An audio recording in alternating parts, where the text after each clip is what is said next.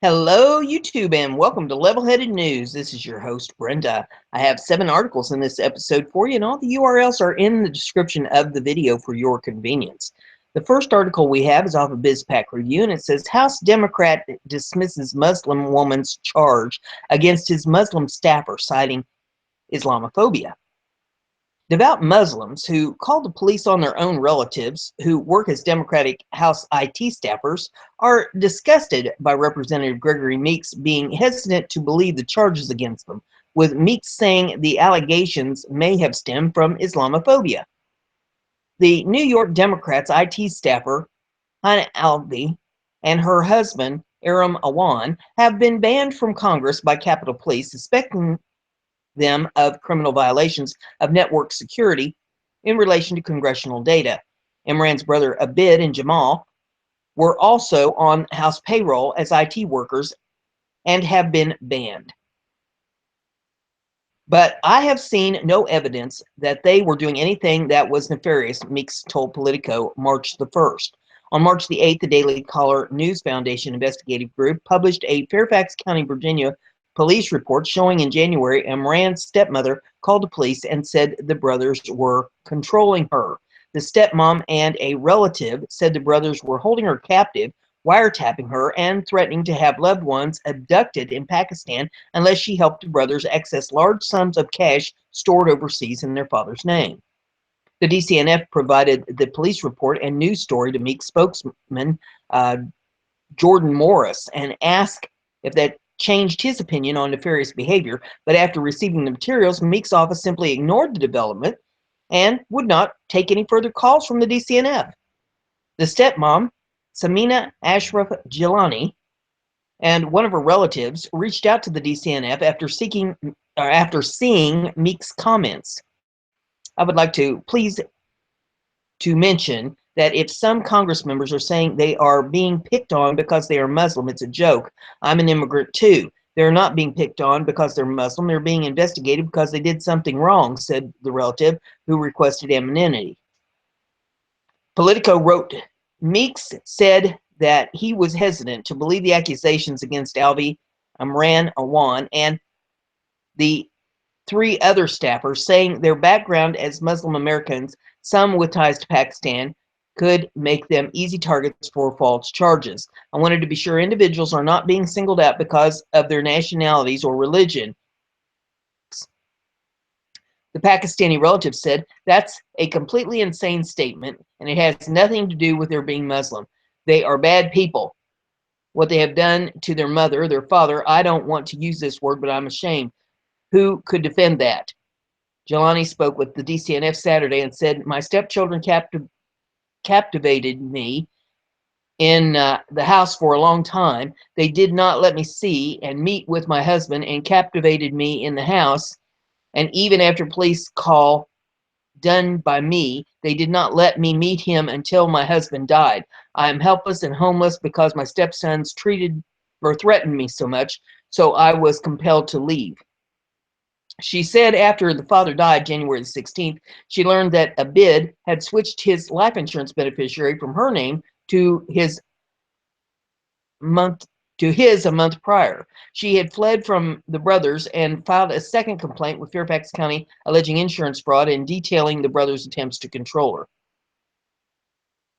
The relative who is helping advocate for Jelani because her English is not good and requested anonymity because of the brothers' violent threats, said the brothers had assets overseas in their father's name and needed her to access them.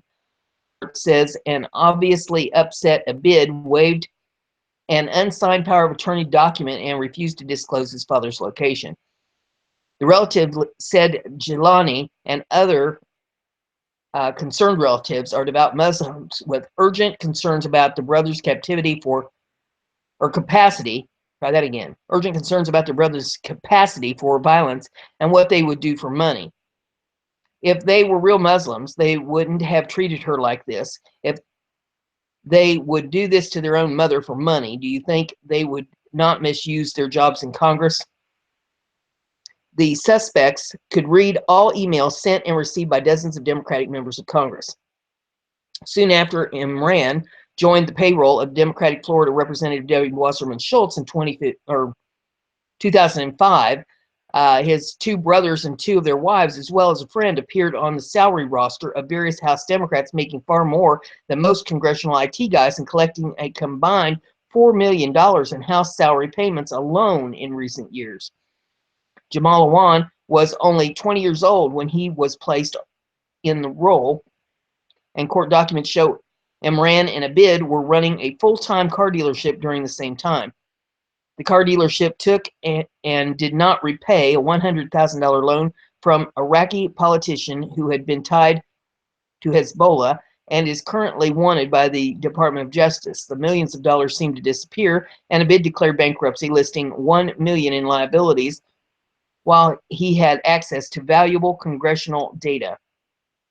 Democratic Representative Marcia Fudge of Ohio told Politico she has not fired Imran because he needs to have a hearing. Due process is very simple. You don't fire someone until you talk to him. Spokeswoman Lauren Williams did not return a call from the DCNF about whether Fudge was aware of the stepmother's allegations or whether she had found time to talk with Imran in the 3 weeks since. Meeks, on the other hand, simultaneously fired Alvey, calling it a distraction while also defending her. Meeks told Politico they had provided great service for me, and there were certain times in which they had permission by me, if it was Heina or someone else, to access some of my data. Only Alvey had a recent employment relationship with Meeks, and his spokesman would not explain why he implied someone not on his staff might be accessing his data. A former House Central IT staffer said Imran pressured Central IT to give him high-level access and obscure the paper trail, and that its members' IT staffers can access any file on that member's computer. This article that I have is off BizPac Review, says Democratic lawmaker busted tipping off illegals about impending ICE raids. ICE raid in Brockton on 3/28. If you get picked up by ICE, call Legal Services Direct Line for Immigration and the phone number. I got the following information from my friend in the Latin community. I have a message for those immigrant community of Brockton. Please be careful on Wednesday the 29th. ICE will be in Brockton on that day. If you are undocumented, don't go out in the street. If there is a knock on the door of your house and you don't know who it is, don't open the door. I ask you to be careful, the message says. Here's how the article reads. A Democratic lawmaker in Brockton, Massachusetts is defending her Facebook post where she openly obstructed law enforcement. State Representative Michelle Du Bois admits she tipped off people on social media, warning them of impending raids by ICE, called the Immigration and Customs Enforcement. Du Bois wrote in a single deleted post, if you are undocumented, don't go out on the street. If there's a knock on the door of your house and you don't know who it is, don't open the door. I ask you to be careful. Du Bois then followed up with the instructions on what to do if ICE comes to your door because you're an illegal alien who has committed a felony. ICE usually does not get involved for illegals who aren't felons. And yeah, there's another message that it looks kind of like a poster that she's put up on Facebook. It says what to do, or don't open the doors, remain silent, do not sign anything, report and record everything, and fight back. The article continues. It says, in follow-up posts that have since been deleted, Du Bois insists she did nothing wrong and was merely forwarding a rumor from my friend in the Latin community as screenshots from the Daily Caller show. However, the local sheriff's department is furious at Representative Michelle Du Bois, saying her difficult for them to do their jobs. It completely undermines law enforcement, the Bristol Sheriff's Department tweeted. Slammed on social media by furious residents who said she's endangering public safety by helping criminals escape arrest. The Bristol Sheriff's Department put out a tweet that says it completely undermines law enforcement. Sheriff tells House subcommittee about Brockton politician who tipped illegals off to ICE raid.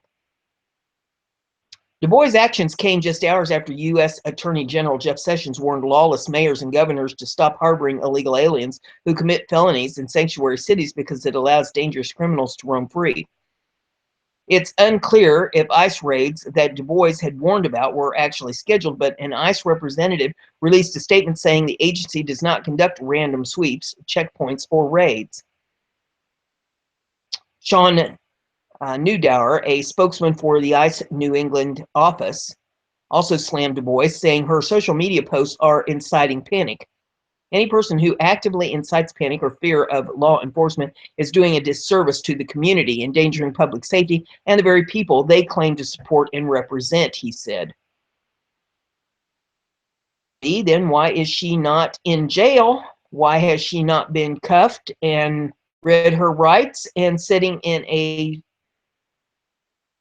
We have patriots sitting in cells in Oregon and Nevada for doing far less than what she's accused of. The next article is off of Liberty Headlines. Lawmaker. Secretary of State issued notary public authority to illegal aliens to be in a cell. North Carolina State Representative has called for the resignation of Secretary of State Elaine Marshall, a Democrat, because he says her office failed to properly vet residency documents and therefore commissioned hundreds of illegal aliens as notary publics. The other lady now has a cellmate. Anyway, it says, and Republican Representative Chris Millis says, if Marshall refuses to resign, he will initiate impeachment proceedings against her. In information he released on Tuesday, Millis said records he obtained from a request to the Secretary of State's office revealed that more than 320 individuals were granted official notary public privileges, but did not possess evidence of legal residence in the United States as required by state law. Such proof would come in the form of a permanent residence alien card, most commonly known as a green card. Instead, Millis said, records he reviewed showed that in many cases, more than 250, Marshall accepted DACA cards as proof of legal residency, which were issued under the Obama administration immigration policy known as the Deferred Action for Childhood Arrivals. Those who hold such identification with a status that they are in the U.S. legally. They are only granted authorization to work in the country until their immigration status is resolved. He also said an additional 72 notaries were not DACA status, but of various immigration status and categories. Millis said the records of one Marshall authorized notary public even had a final order of deportation. As Millis noted, notary publics act as authoritative representatives of the state of North Carolina, validating documents such as deeds of trust, wills, powers of attorney, and absentee ballots, the latter of which caused him great in this era of heightened sensitivity to voter fraud, election interference, and tension over immigration policy. Millis said in a statement, it is especially troubling that the Secretary has commissioned more than 320 alien notaries who can single-handedly validate, including a notary of the Secretary commissioned who is slated for final deportation. Millis also accused Marshall of misleading the public about policies and procedures regarding issuance of notary public privileges. Raleigh-based North State Journal, officials with the Secretary of State denied in media appearance that they accepted DACA cards as verification of legal residency, but during the same time frame, following a February expose of the practice by the newspaper, Marshall sought a legal opinion from then Attorney General Roy Cooper, who is now governor, a fellow Democrat, to determine whether DACA identification could be legally accepted under the North Carolina's notary public law. After much deliberation and an initial conclusion that the DACA cards should not be accepted, the State Department of Justice opined that they could be accepted. According to North State Journal, the multiple drafts and meetings to obtain an informal opinion on the matter occurred after the first press reports of the practice and years after the initiation of the policy. Millis considers Marshall's acts execution of her duties, followed by efforts to hide her wrongdoing. It is very important for people to compare the evidence presented in my letter with the misleading and false statements made by the secretary in her office, Millis said. Deception in the matter and her office's attempt to cover up these actions from both the public and the press compound the secretary's malfeasance.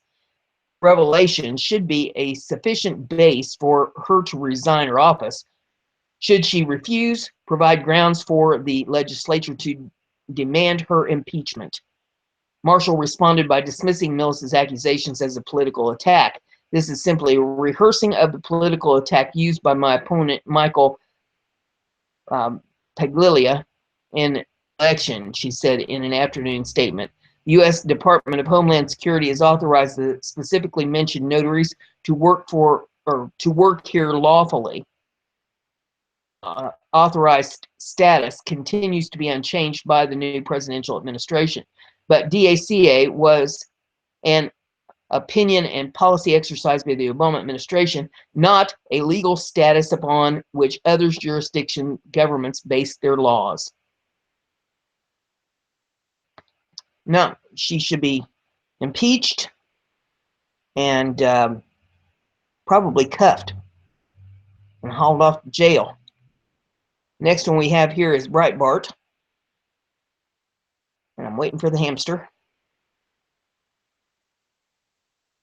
It says tech execs indicted for H-1B visa fraud. A pair of tech executives have been indicted for allegedly using false documents to bring in help through the H-1B guest worker program.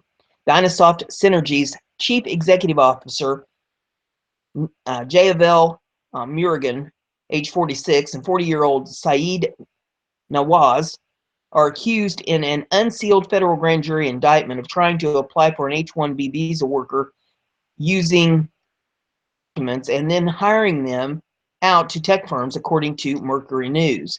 Dynasoft operates as an employment firm that essentially leases foreign workers. The company also has an office in India. According to prosecutors, Murugan and Nawaz used the false documents to replace American workers at Stanford University, Cisco, and Brocade. Nonetheless, the employers were not looking to use the H-1B workers, despite being named in the false documents allegedly produced by the two men. Murugan and Nawaz are charged with 26 counts, including H-1B visa fraud, using fraudulent documents, mail fraud, identity theft, and conspiracy to commit visa fraud. The federal indictments point to a much bigger problem with the H-1B visa program, where millions of American workers have been ousted to make way for cheaper foreign workers. President of Protect U.S. Workers Sarah Blackwell, an attorney who represents American workers that are victims of H-1B visa system, told Breitbart Texas that fraud cases within the H-1B program are just one facet. Fraud is very rampant in the visa process, Blackwell told Breitbart News. The legitimate H-1B visa program is awful enough. I see fraud. I hear about it constantly. It's very, very common. Every year, some 85,000 H-1B applications are applied for by tech giants, U.S. corporations, and foreign employment firms. The big CEOs literally say it's cheap labor, Blackwell said. The H-1B visa program had never been introduced and enacted. Computer science job availability in the labor markets would be up 11%, and wages in the tech industry would have increased by 5%, as Breitbart News reported. The H-1B visa remains incredibly unpopular with American voters. As Breitbart Texas reported, only 30% of Americans say companies bringing in foreign workers will fill jobs to fill jobs are unnecessary. Or try this again. Try it again. Good grief. As Breitbart Texas reported, only 30% of Americans say companies bringing in foreign workers to fill jobs are necessary. There we go. Additionally, some 44% said those foreign workers take jobs away. The vast majority of Americans also said the number of H-1B visas allotted every year to companies should either be decreased or kept at the current levels. So-called reform legislation that has been marketed by two congressmen as a step in the right direction to weeding out abuses in the H-1B visa program would actually have zero impact, an expert told Breitbart Texas. Companies like IBM, Disney, Microsoft, and Facebook have all asked Congress to increase the number of H-1B foreign workers that are brought into the U.S. every year, the New York Times reported, making it even more likely for American workers to be fired from their jobs to make room for foreign labor. The next article that I have is off of News Nuke, and it says NSA whistleblower tries to legally expose mass corruption and gets nowhere.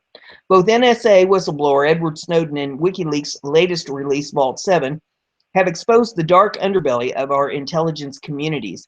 The leak gave us framework behind their corruption. PRISM, Keyscore, Boundless Informant, Weeping Angel, the programs they use to monitor and track us. Enter Dennis Montgomery, former NSA CIA contractor. Montgomery, driven by what our intel communities have become, took 47 hard drives and over 600 million pages of classified information from the agencies. Montgomery sought to legally whistleblow and expose the corruption happening within the FBI, CIA, and NSA. He came forward under grant of immunity to FBI Director James Comey. The info, Montgomery alleged, showed the intel agencies, specifically under Obama, spied unconstitutionally on many prominent Americans. That would include, of course, Donald Trump during his time as president-elect. Even the Trump transition team was surveilled.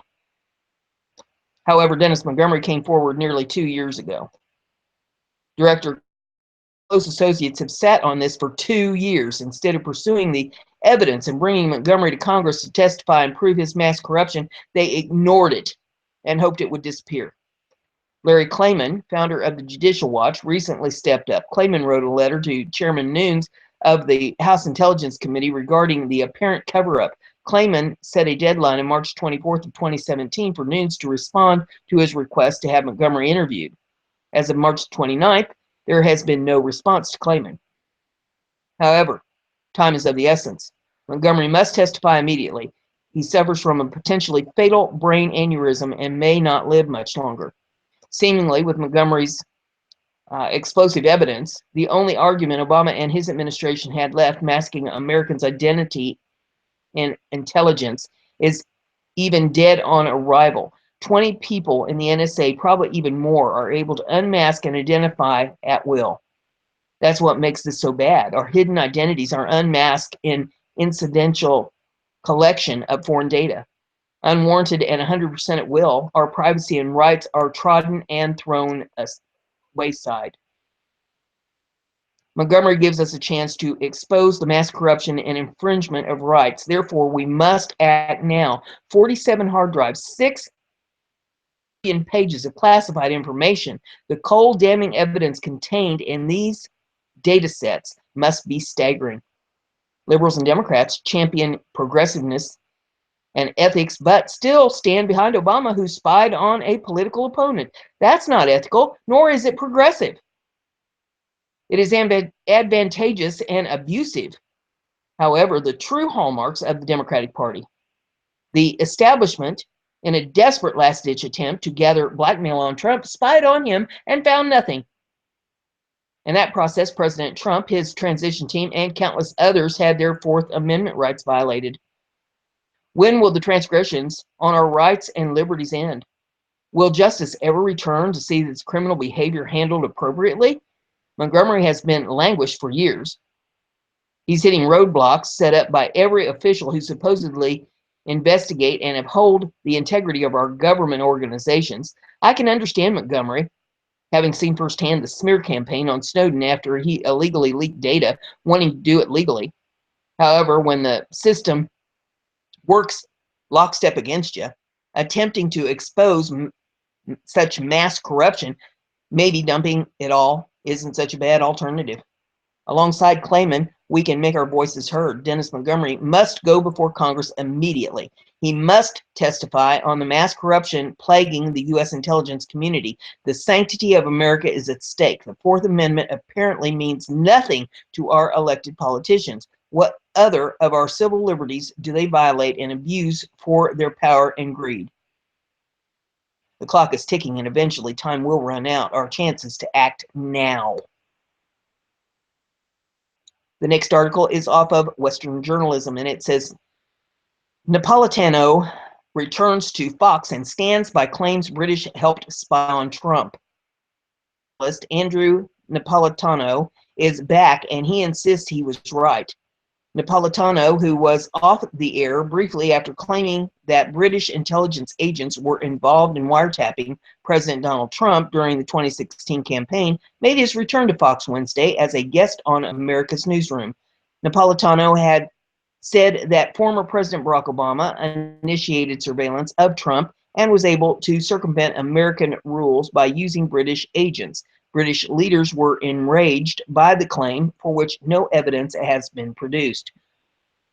Made by media commentator Judge Andrew Napolitano about GCHQ being asked to conduct wiretapping against the president-elect are nonsense. They were utterly ridiculous and should be ignored, the UK government communications headquarters said in a statement. Was then put on hiatus from Fox News for what was termed an indefinite period of time. When he returned on Wednesday, Fox Bill Hemmer brought up the report that put Napolitano in hot water. You still stand by that? Hemmer asked. Yes, I do, and the source stand by it, and the American public needs to know more about this rather than less, because a lot of government surveillance authorities will expire in the fall, Napolitano said. There will be a great debate about how much authority we want the government to have to surveil us, and the more the American public knows about this, the more informed their Congress's decisions will be, he said. Although Napolitano did not offer more details, he indicated they will emerge. I think a lot more is going to come, he said. Many on Twitter sided with the former judge, and there is a list of the Twitter comments if you want to read them. It says Napolitano's initial comments made waves in part because they were cited by the White House to buttress Trump's position that Obama had Trump Tower under surveillance. Judge Andrew Napolitano made the following statement, quote, 3 intelligence sources have informed Fox News that President Obama went outside the chain of command. White House spokesman Sean Spicer said during a daily press briefing last week. Trump also had made reference to Napolitano's comments. All we did was quote a certain very talented legal mind who was the one responsible for saying that on television, Trump said. And the final article I have in this episode is off of BizPac Review. It says, former Obama official appears to let slip that Trump's staff was spied on. Check out MSNBC video turning heads. This is what happens when an official from the Obama administration has to talk without teleprompters and scripts. Dr. Evelyn N. Farkas, who served as Deputy Assistant Secretary of Defense for Russia, Ukraine, Eurasia for the Obama administration, appeared to admit that they spied on President Donald Trump during the 2016 campaign during an appearance on MSNBC's Morning Joe. I was urging my former colleagues and frankly speaking to the people on the Hill, it was more actually aimed at telling the Hill people, get as much information as you can, get as much intelligence as you can before President Obama leaves the administration, she said. Because I had a fear that somehow that information would disappear with the senior Obama people who left, so it would be hidden away in the bureaucracy, that the Trump folks, if they found out we knew what we knew about the Trump staff dealing with Russians, that they would try to compromise those sources and methods, meaning we no longer have access to that intelligence. So I became very worried because not enough was coming out in the open. I knew that there was more. We have very good intelligence on Russia, so then I had talked to some of my former colleagues, and I knew that they were also trying to help get information to the Hill. It has many believing that Farkas was the person who leaked the information to the New York Times. Farkas's case isn't helped by what she told Vox back in February after General Michael Flynn resigned. Vox writer Ezra Klein asked Farkas what her level of alarm was since the general had resigned. It's lower than it's been since the summer when I was first made aware of all this stuff. I'm like, finally, everybody sees it. Seriously, she said. The reason I was so upset last summer was that I was getting winks and hints from inside that there was something really wrong here. I was agitated because I knew the Clinton campaign and the world didn't know, but I didn't think it would happen this fast. I didn't think Flynn Flynn would survive a year, but I thought it would be most of the year. She might need to spend less time talking to reporters and more time finding a lawyer. Um, there's her video in this if you want to pull that up and see that. And that's all I have in this episode, but I have another episode to follow. So if you like what I'm doing here, give it a thumbs up, share it on your social media so everybody gets to hear the news. And don't forget to subscribe if you haven't done that. That way you'll stay informed. I'll see you in the next one.